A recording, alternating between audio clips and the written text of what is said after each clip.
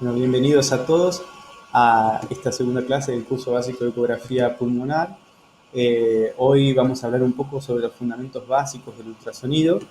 El objetivo de esta charla claramente no es hablar de todas las características conocidas del ultrasonido, sino las mínimas necesarias para una mejor comprensión de la imagen ecográfica, para habituarse con diferentes términos dentro del ámbito ecográfico, y serán términos que tengan algún tipo de aplicabilidad dentro de la clínica. Además está decir que el conocimiento de la ecografía, de los fundamentos básicos de ecografía es mucho mayor, pero no es el objetivo de esta clase. Vamos a ver un poquito sobre ultrasonido, la definición de frecuencia y los tipos de transductores, la definición de intensidad y ganancia, de foco, artefactos, modos, los utilizados en ecografía pulmonar y cortes. Para empezar entonces, el ultrasonido tiene todas las características de una onda de sonido, se caracteriza por tener una escala que está mucho más por encima de la audición humana, pero se mide exactamente como cualquier onda de sonido, con una frecuencia que está determinada por la longitud de onda de la onda sonora y por una amplitud. ¿Por qué son importantes estos dos conceptos? Porque la frecuencia a la cual el ultrasonido es emitido va a hablar del grado de profundidad que esa onda de sonido va a conseguir alcanzar. Y es indirectamente proporcional. Esto es decir, aquellas ondas de sonido con frecuencias bajas van a llegar más profundamente a atravesar los tejidos, aquellas con frecuencias más altas van a quedar mucho más superficiales en la profundidad de la penetración ecográfica. Y la amplitud, que tiene que ver con la intensidad, la amplitud de la onda, habla de la cantidad de energía que esa onda lleva. Y cada vez que la onda va pasando diferentes tejidos, va perdiendo amplitud, por tanto va perdiendo intensidad de energía, la cual va a tener que ser compensada por el equipo e incluso va a tener que ser compensada por diferentes variables que nosotros dominamos como operadores del equipo para dar una buena calidad de imagen. Frecuencia entonces es determinada por la fuente emisora del sonido y el medio a través del cual esa onda está viajando. Dentro de la medicina nosotros utilizamos aparatos con alta frecuencia, con intermedia y con baja. Como dijimos antes, para repasar siempre este concepto que es importante, aquellos que tengan alta frecuencia medida en megahertz serán los transductores que tengan mejor definición de imagen, superficiales, y los rayos no van a penetrar mucho, y aquellos que tengan baja frecuencia van a llegar mucho más profundo a los tejidos, pero la imagen va a ser menor. ¿Por qué? Porque la intensidad, o sea, la amplitud de la onda, a medida que pasa por los tejidos, va disminuyendo su cantidad de energía total y no es capaz de dar una buena calidad de imagen. Lo cual vamos a compensar después con diferentes herramientas que tenemos como operadores del ecógrafo. Y la definición de resolución axial, que es la capacidad de un ecógrafo de diferenciar dos objetos a diferentes profundidades en el eje que va el haz, ¿sí? Va a ser mucho mejor la resolución de los transductores con alta frecuencia que los de baja.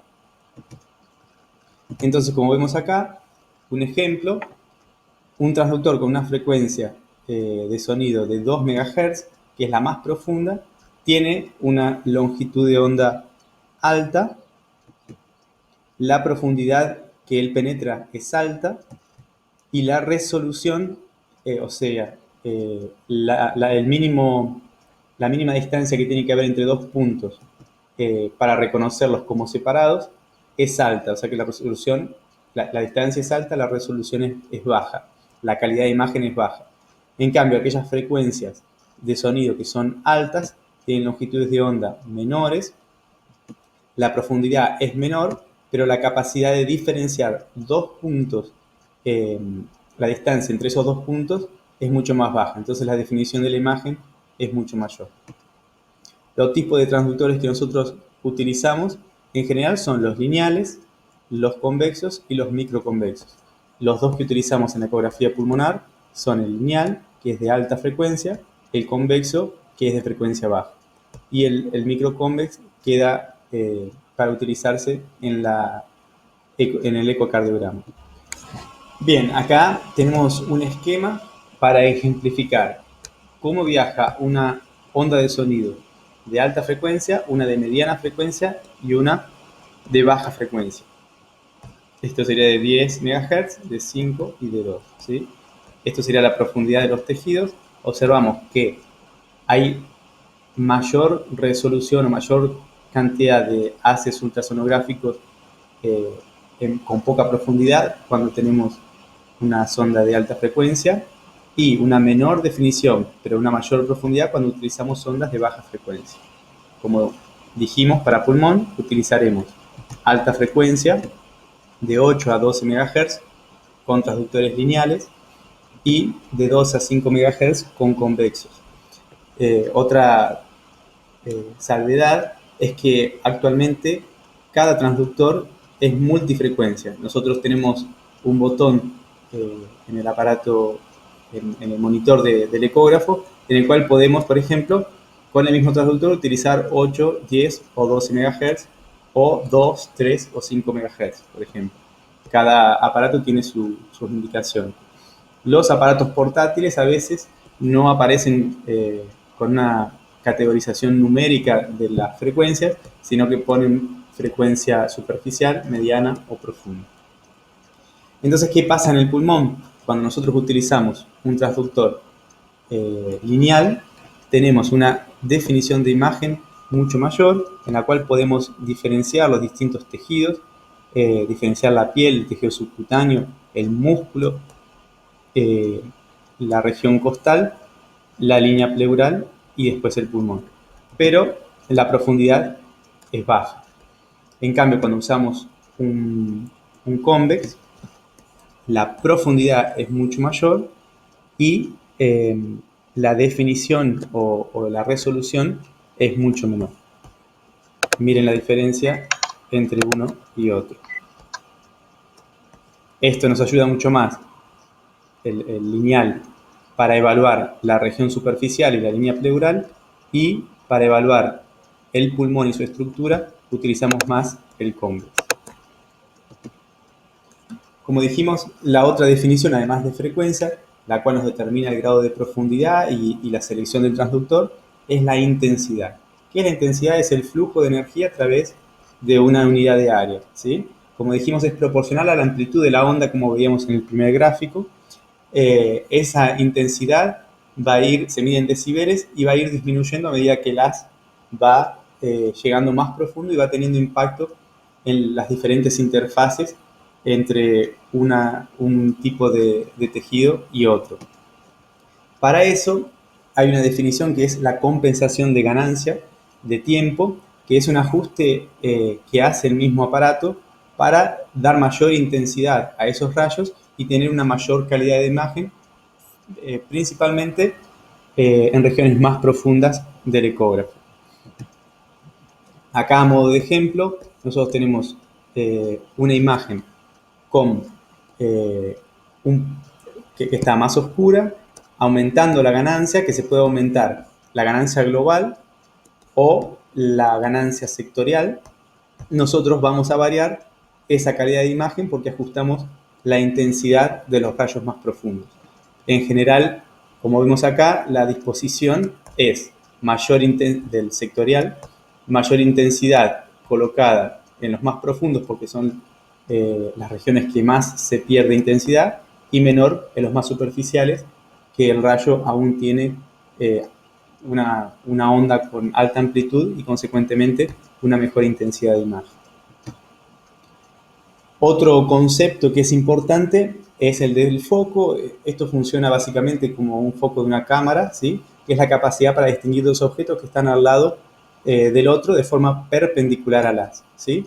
Entonces, no todos los aparatos ecográficos tienen capacidad de colocar foco, algunos tienen capacidad de colocar más de un foco, y lo que hace eso es que el procesado de la imagen, el movimiento de la imagen, cuanto más focos nosotros colocamos, más lento termina siendo.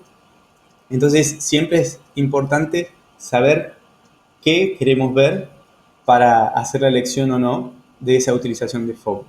Acá les doy un ejemplo. El foco aparece dentro de la escala de profundidad, habitualmente con una señalización como esta, de 2 palitos. Acá el foco está colocado de una forma profunda y el ecografista está queriendo ver esta imagen de acá. Ahí él corrigió el foco y, como vemos, la imagen mejoró la calidad porque mejoró la resolución. Y acá es el ejemplo cuando lo coloca más arriba, que vuelve a perderse la resolución del área de interés, ¿sí? Entonces, el foco siempre es importante cuando tenemos un aparato que nos permita colocar foco, colocar por lo menos uno en el área de interés. En nuestro caso de ecografía pulmonar, el área de interés del foco siempre es la línea pleural. Esto es un poco lo que hablábamos hoy. El rayo, la onda de sonido, ella tiene la misma característica que las ondas de luz, ¿no? Que tiene la capacidad de reflexión, que es rebotar los haces hacia el transductor cuando se encuentra con una interfase. ¿Qué es una interfase? Cuando hay un cambio entre dos tejidos de diferente grado de atenuación. Entonces, lo que el ecógrafo va a evaluar es justamente la cantidad de rayos reflejados, y eso va a hacer que cuanto más cantidad de interfaces haya, o por el tipo de interfase y la capacidad de absorción de cada tipo de tejido, se nos den diferentes intensidades intensidades que el aparato va a reconocer y va a llevar una escala de grises.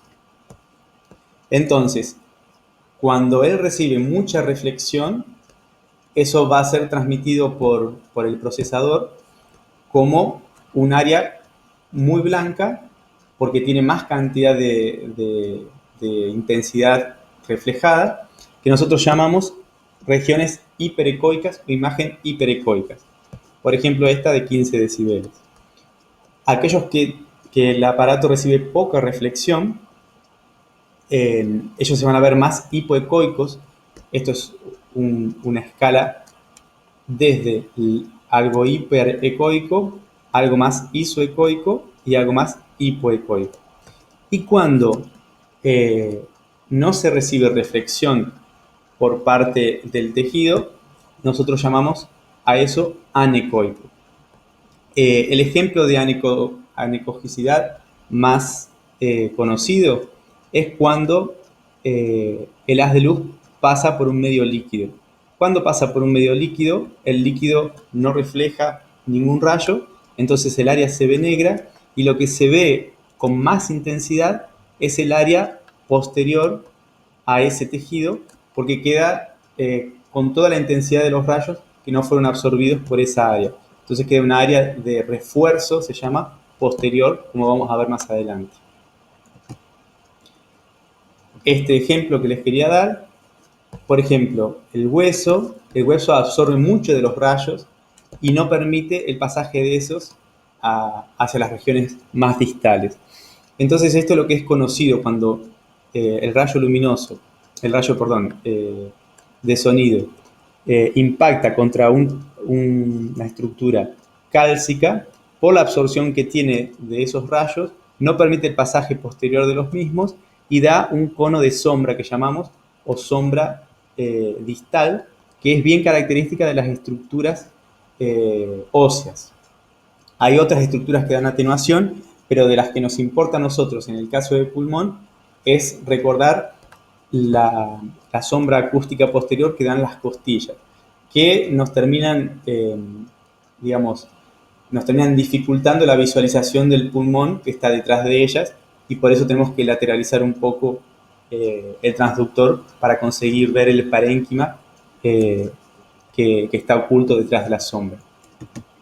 Y el otro ejemplo que les decía es cuando tenemos, por ejemplo, el agua, como la absorción de sonido del agua es baja, el rayo viene, lo deja negra, anecoica, y refuerza las regiones que están detrás. Eso nos permite a nosotros siempre interpretar cuando una imagen anecoica tiene por detrás un refuerzo posterior de una intensidad mayor, refuerzo acústico posterior, que probablemente la estructura tiene un contenido acuoso, ¿sí? No es solo el agua que puede dar ese refuerzo posterior, hay otras estructuras, por ejemplo el ácido hialurónico, pero por prevalencia, cuando nosotros tenemos una estructura anecoica con refuerzo posterior, hasta descartarse por otro método, interpretamos que eso es de contenido líquido. Otra definición que es importante son los artefactos. ¿Qué son los artefactos? Se definen como ecos que aparecen en la imagen pero que no corresponden bien en localización, en intensidad con las estructuras exploradas del paciente. ¿Qué quiere decir? Que el artefacto es una consecuencia de las características del sonido que son como fantasmas porque no corresponden a una estructura específica, pero conociendo esos artefactos nosotros podemos inferir e interpretar muchas cosas de la imagen ecográfica. Por ejemplo, acá tenemos un artefacto que es la reverberación. Es cuando el haz del ultrasonido incide sobre una interfase que separa dos medios de diferente impedancia acústica, como por ejemplo un sólido ecogénico y el aire. Y eso va a hacer que el ecógrafo produzca una imagen repitiendo la línea pleural, como vemos acá, esta es la línea pleural, y esa línea pleural, por este artefacto que se llama reverberancia, se repite hasta el infinito en la profundidad del tejido. Esas líneas no existen en el tejido, no corresponden a ninguna estructura orgánica, sino que son un artefacto de reverberancia. Pero lo que nos permite inducir a nosotros es que esta estructura es un pulmón seco, un pulmón que no tiene líquido, ¿sí? Y son las conocidas líneas A del pulmón que vamos a ver más adelante. Esas líneas, como vamos a ver después, tienen las características de ser siempre a la misma distancia y equidistantes entre sí y equidistantes entre la distancia de la piel hasta la línea pleural.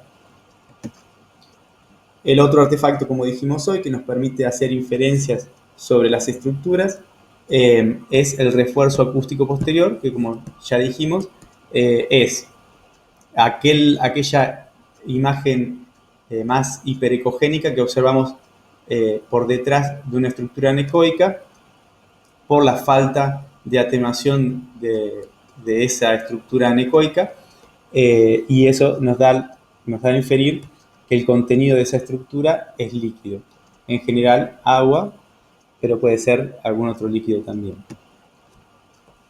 Un tercer artefacto que también va a ser de utilidad, pero tenemos que comprender que es un artefacto, es las líneas, las colas de cometa, que es cuando el haz del ultrasonido choca con una interfase estrecha, muy ecogénica, y aparecen detrás de esa interfase estos ecos lineales. Eso ocurre principalmente cuando hay líquido que toma contacto con la línea pleural. Y son las conocidas líneas B de Kerr, ¿sí? También les aclaro que eso también pasa con el gas, ¿sí? Entonces, si nosotros tenemos un enfisema subcutáneo, vamos a observar las mismas líneas porque es el mismo tipo de artefacto que produce el aire dentro del tejido subcutáneo, pero la línea no va a partir de la línea pleural, sino que son colas de cometa que van a aparecer en el tejido subcutáneo y que no van a tener relación con los movimientos pleurales. Otro diagnóstico diferencial que es poco frecuente sobre la pared torácica, pero puede ocurrir, es en la fascitis necrotizante la presencia de aire en el tejido muscular, que también puede dar ese mismo cola de cometa, pero la vamos a observar también sobre el subcutáneo o el músculo y no va a tener relación con el movimiento pleural.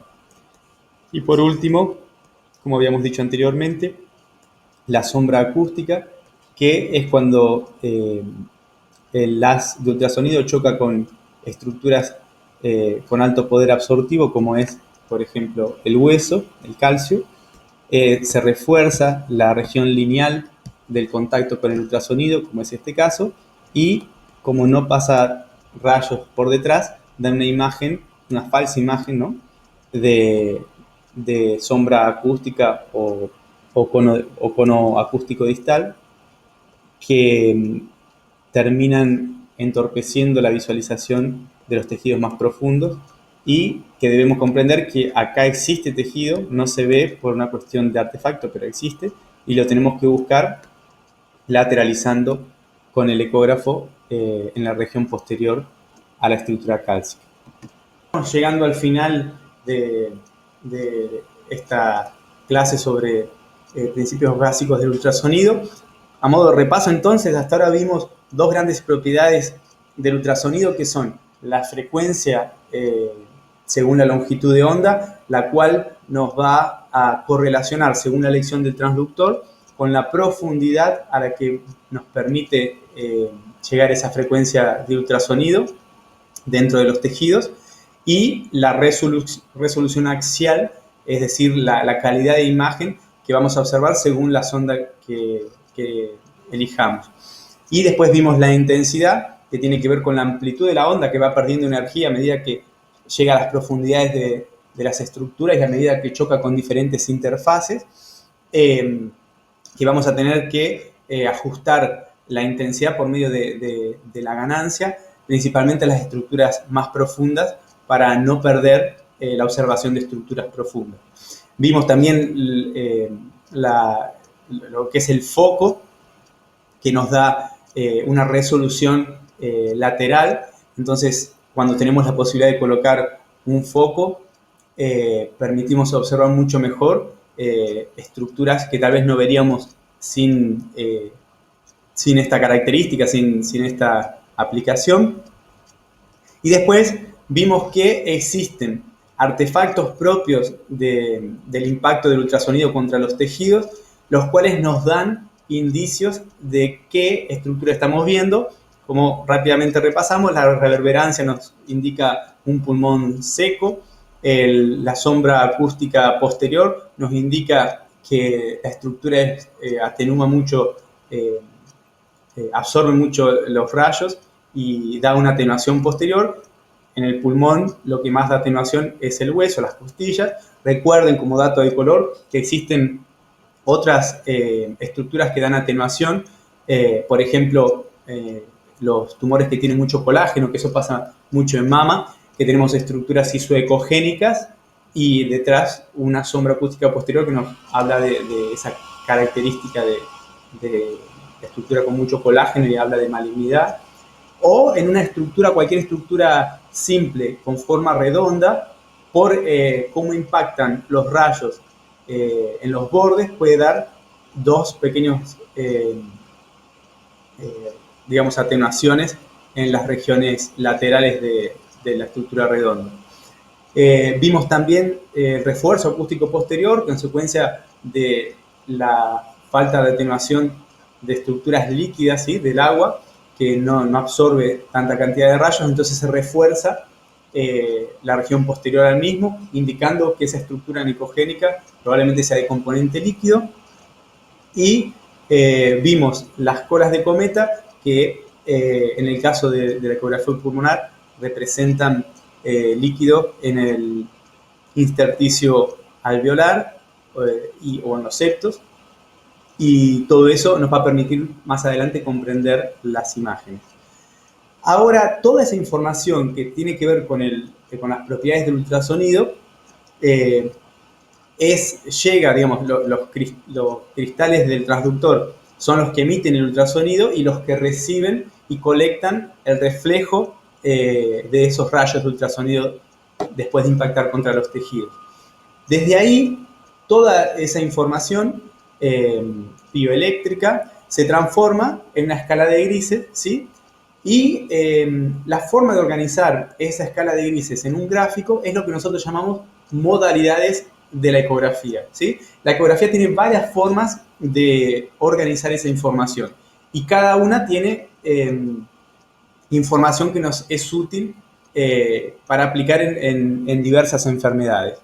Lo que se conoce como el modo B o modo bidimensional es cuando esa transformación gráfica es en líneas punto por punto, ¿sí? Y forman un mapa anatómico como si nosotros estuviésemos realizando un barrido sectorial o un corte tomográfico, ¿sí? Con la ventaja, a diferencia de la tomografía, que es dinámico, ¿sí? Y que nosotros podemos ir lateralizando el transductor en la misma dirección que lo colocamos o haciendo un barrido de la región teniendo una visión mucho más dinámica que la tomografía, ¿no? Y esta la vamos a ver, como vimos anteriormente, según el transductor que utilicemos, vamos a poder hacer imágenes más superficiales o más profundas de cortes transversales, coronales o sagitales, que nos van a dar más la anatomía de la región a ser evaluada. Pero también tenemos otra modalidad que es la llamada modalidad M, en la cual lo que nosotros tomamos es una línea puntual de puntos, ¿sí? Que nosotros mismos marcamos para evaluar lo que se mantiene fijo y lo que se mantiene en movimiento de esa línea, ¿sí?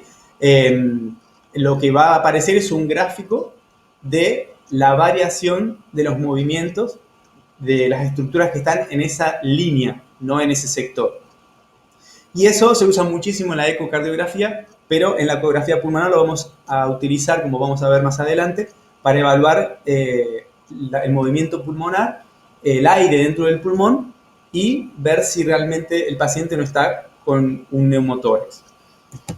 Y otra característica que no ve tanto las propiedades ultrasonográficas, sino que evalúa la diferencia de velocidades de sustancias que están en movimiento dentro del área que nosotros estamos evaluando, que es lo que se llama el modo Doppler, que es muchísimo más complejo de lo que vamos a hablar acá, pero que no tiene tanta aplicabilidad en la ecografía pulmonar, pero vamos a hablar solo 3 cosas simples para que entiendan el concepto. Como dijimos, lo que se evalúa acá es la diferencia de velocidades, entonces toda estructura que tenga líquido en movimiento o movimiento dentro de ella va a dar, cuando colocamos la modalidad Doppler, una señal. Esa señal va a aparecer en tonos de rojo cuando se acerca hacia la sonda y en tonos de azul cuando se aleja de la sonda. Eso es por convención. Uno puede invertir ese orden, pero no se aconseja para mantener las normas ya padronizadas de todo lo que lean sobre ecografía pulmonar.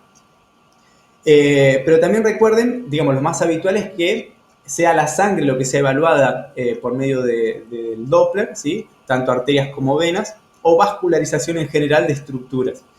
Pero recuerden que cualquier estructura que produzca movimiento puede dar una señal Doppler sin tener un flujo interior real, ¿sí? Por ejemplo, puede pasar que dentro de un derrame pleural tengan partículas que al estar moviéndose den pequeñas señales Doppler, o que una telectasia fluctuando dentro de un líquido dé una señal Doppler, o incluso que ustedes movilicen rápidamente el transductor y va a dar señal Doppler, ¿sí? Entonces tiene que ser bien interpretada. Señal Doppler no significa siempre flujo arterial o venoso, ¿sí?